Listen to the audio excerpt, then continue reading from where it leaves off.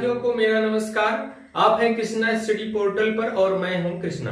तो चलिए चलते हैं आज के टॉपिक पर। आज का टॉपिक है कक्षा 7 की गणित की पाठ्य पुस्तक से सांख्यिकी पाठ का अभ्यास 3B। आज अभ्यास 3B के प्रश्नों को हल करना सीखेंगे। हल करने से पहले हम कुछ महत्वपूर्ण तथ्यों को समझ लेते हैं, जैसे समांतर माध्य क्या होता है। यदि कई संख्याएं दी गई हैं, उन सभी संख्याओं का आपको समांतर माध्य निकालना है। तो समांतर माध्य निकालने के लिए सभी पदों का योगफल, जितनी संख्याएं दी गई हैं उन सभी संख्याओं का हम पहले योगफल कर लेंगे और फिर उसमें माने योगफल में पदों की संख्या से भाग दे देते हैं। और फिर आगे है अवर्गीकृत आंकड़ों से समांतर माध्य की गणना। अगर अवर्गीकृत आंकड़ा है तो उससे समांतर माध्य कैसे निकालेंगे, उसमें बारंबारता नहीं दी गई होगी।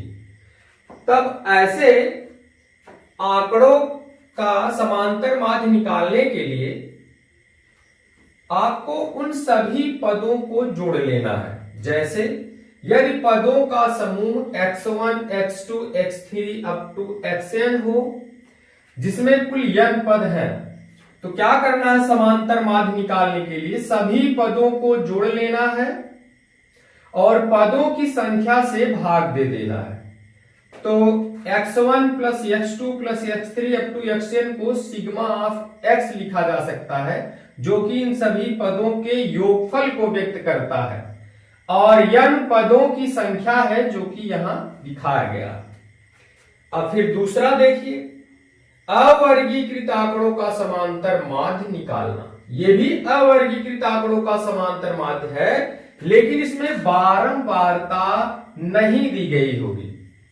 लेकिन अगर बारंबारता दी गई है, जब पदों की बारंबारता दी गई हो, बारंबारता का मतलब है जैसे x1 पद कितनी बार आया है, 2 बार, 3 बार, 4 बार, जितनी बार आता है वही उस पद की बारंबारता कहलाती है।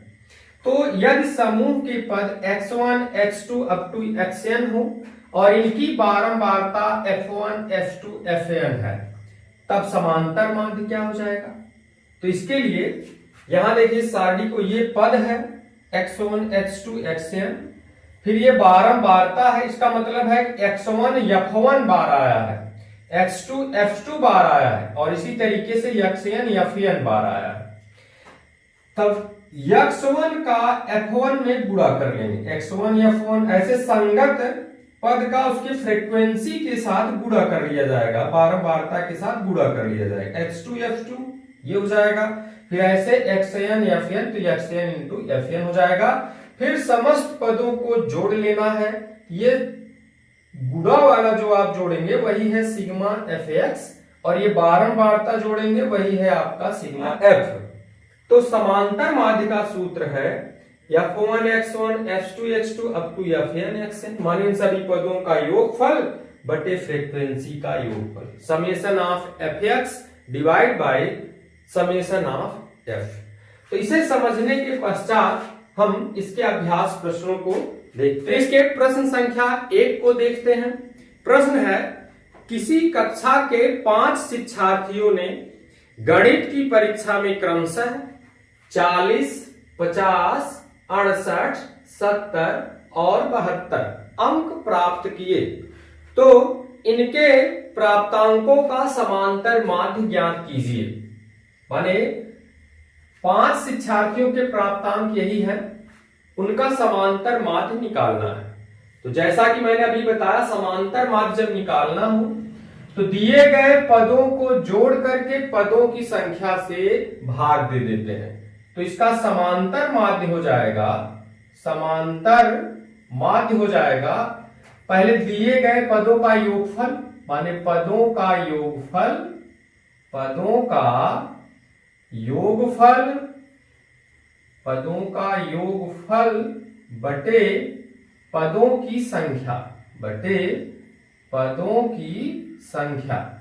तो पदों का योगफल कर लेते हैं। पदों का योगफल क्या हो जाएगा? 40 प्लस 50 प्लस 68 प्लस 70 प्लस 72। इसमें देखिए कुल 5 पद हैं, तो 5 से आप इसको डिवाइड कर देंगे। तो देखिए इसका योगफल क्या आता है, जोड़ लीजिए। 8 2 10, 8 2 10, हासिल 1 लगा। 4 5 9, 9 6 15, 15 7 22, 22 7 29, 1 हासिल 30। ये हो गया 300 बटे 5। तो 300 में जब 5 से भाग देंगे तो आएगा 5 छक्के 30, ये हो गया 60। तो जो समांतर माध्य आया उसका वो है 60। तो इस तरीके से दिए हुए आंकड़ों से हम समांतर माध्य ज्ञात कर सकते हैं। तो चलिए चलते हैं इसके दूसरे प्रश्न पर। प्रश्न है, किसी फैक्ट्री के 15 मजदूरों की प्रतिदिन की मजदूरी क्रमशः 70, 110, 65, 80, 75, 85, 80, 76, 94, 100, 105, 110, 103, 81 और 86 है। तो कह रहा है कि इनके माने 15 मजदूरों की एक दिन की मजदूरी इतना है, तो आपको मजदूरों की मजदूरी का समांतर माध्य ज्ञात करना है। तो फिर पहले की तरह आप सूत्र लिखेंगे, समांतर माध्य बराबर ये पदों का योग आप करेंगे, पदों का योग बटे पदों की संख्या, पदों का योग बटे पदों की संख्या। तो पदों का योग क्या हो जाएगा, जितना इसमें दिया है 15 पद आप जोड़ लेंगे। 70 plus 110 plus 65 plus 80 plus 75 plus 85 plus 80 plus 76 plus 94 plus 100 plus 105 और फिर 110, 110, 103, यहां आप ऐसे यहां बढ़ा सकते हैं। 103 प्लस 81 प्लस 86 और टोटल कितने पद हैं? 15। तो 15 से आप डिवाइड कर दीजिए। ऊपर वाले अगर सभी पदों को जोड़ेंगे तो आएगा 1320 डिवाइड बाई 15। 15 से आप भाग दीजिए इसमें, तो क्या आएगा? 15 अट्ठे 120, फिर 120 बचेगा तो 15 अट्ठे 120, 88 रुपए। तो उनके माने मजदूरों के मजदूरी का जो समांतर माध्य है वो है 88 रुपए। तो चलिए चलते हैं प्रश्न संख्या 3 पर। तो प्रश्न संख्या 3 में ये पद दिया है, ये सारणी में पद है 4, 6, 8, 10, 12, 14 और उनकी बारंबारता है 4 का 3, 6 का 4, 8 का 2, 10 का 2, 12 का 6 और 14 का 8। तो सबसे पहले आप यहां समेशन ऑफ एफ इसकी वैल्यू आप निकाल लीजिए। देखिए कितना आता है, तो 4 3 7 2 9, 9 2 11, 6 17 और 17 8 25, ये हुआ 25। अब इसका इसमें गुणा करिए। 4 का गुणा 3 में, माने ये यफ गुणे यक्स है, तो 4 का गुणा 3 में तो ये हो गया 12, 6 का गुणा 4 में ये हुआ 24, 8 का गुणा 2 में 8 दूना 16, 10 का गुणा 2 में तो ये हुआ 20, 12 का गुणा 6 में तो ये हुआ 72 और 14 का गुणा 8 में तो ये हुआ 112। अब इनको जोड़ लीजिए। 2 4 6 6 12 2 14, 14 2 16, 16 का ये हुआ 6, हाथ से लगा 1 1 1 2 2 4 1 5 5 2 7 7 7 14 1 15, ये हुआ 15 का 5, हाथ से लगा 1 1 1 2। ये हो गया आपका सिग्मा एफ एक्स का मान, ये हुआ आपका सिग्मा एफ एक्स का मान। तो अब फार्मूला क्या है समांतर माध्य का? तो समांतर माध्य बराबर हो जाएगा, समांतर माध्य ये बराबर हो जाएगा, फार्मूला अभी अभी बताया गया आपको, सिग्मा एफ एक्स बटे सिग्मा एफ।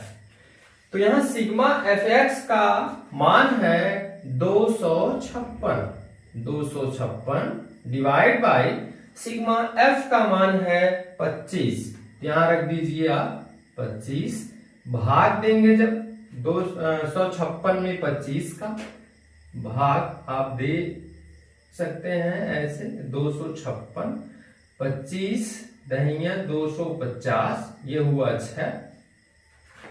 अब फिर दशमलव बढ़ा करके यहाँ 0 लगा दीजिए, तो हो जाएगा 25 दूना 50, 10 60, दशमलव बढ़ा है 0 बढ़ा दीजिए, 25 चौका 100, तो ये हो जाएगा 10.24, 10.24, इसका समांतर माध्य आएगा 10.24। तो चलिए चलते हैं अगले प्रश्न पर, प्रश्न संख्या 4 पर। इसमें शिक्षार्थियों की ऊंचाई सेंटीमीटर में दी गई जो इस प्रकार है, 140, 147, 148, 149, 150, 151, 154, 158, 159 और 160 सेंटीमीटर, ये सब सेंटीमीटर में है। और यहां बारंबारता है, इसका मतलब होता है कि 140 सेंटीमीटर ऊंचाई के 3 शिक्षार्थी हैं, 147 सेंटीमीटर के 4 शिक्षार्थी हैं, 148 सेंटीमीटर के 5 शिक्षार्थी हैं, 149 सेंटीमीटर के 6 शिक्षार्थी हैं, 150 सेंटीमीटर के 10 शिक्षार्थी हैं, 151 सेंटीमीटर के 7 शिक्षार्थी हैं, 154 सेंटीमीटर के 5 शिक्षार्थी हैं, 158 सेंटीमीटर के 4 शिक्षार्थी हैं, 159 सेंटीमीटर के 4 और 160 के 2 हैं। उसके बाद आप इन सब जो बारंबारता दी गई है उसका आप योग कर लेंगे। देख लीजिए, 3 4 7 5 12 6 18 10 28 7 35 5 40 4 44 4 48 2 50, पूरी फ्रीक्वेंसी का जो योग है वो है 50। अब यहाँ यफ गुणे यक्स, यफ का गुणा यक्स में कर लीजिए, 140 का गुणा 3 में करेंगे तो 420, 147 का 4 में करेंगे तो 588, 148 का 5 में करेंगे तो 740, 149 का 6 में करेंगे तो 894, और फिर 150 का 10 में करेंगे तो 1500, 151 का 7 में करेंगे तो 1057, 154 का गुणा 5 में करेंगे तो 770, 158 का गुणा 4 में करेंगे तो 632, 159 का गुणा 4 में करेंगे तो 636 और 160 का गुणा 2 में करेंगे तो 320। और जब इन सब का योग कर लेंगे तो वही होगा समेशन ऑफ एफ एक्स, जो कि 7557 हो जाएगा। तो समांतर माध्य क्या हो जाएगा? तो समांतर माध्य का जो सूत्र बताया गया आपको इसके लिए, समेशन ऑफ एफ एक्स बटे समेशन ऑफ एफ। तो दोनों की वैल्यू रख दीजिए। यहां समेशन ऑफ एफ एक्स का मान है 7557, 7557 डिवाइड बाय समेशन एफ का मान है 50। समेशन एफ का मान कितना है? 50। जब 7557 में 50 का भाग दे देंगे तो आएगा 151.14 सेंटीमीटर, क्योंकि ये सेंटीमीटर में था।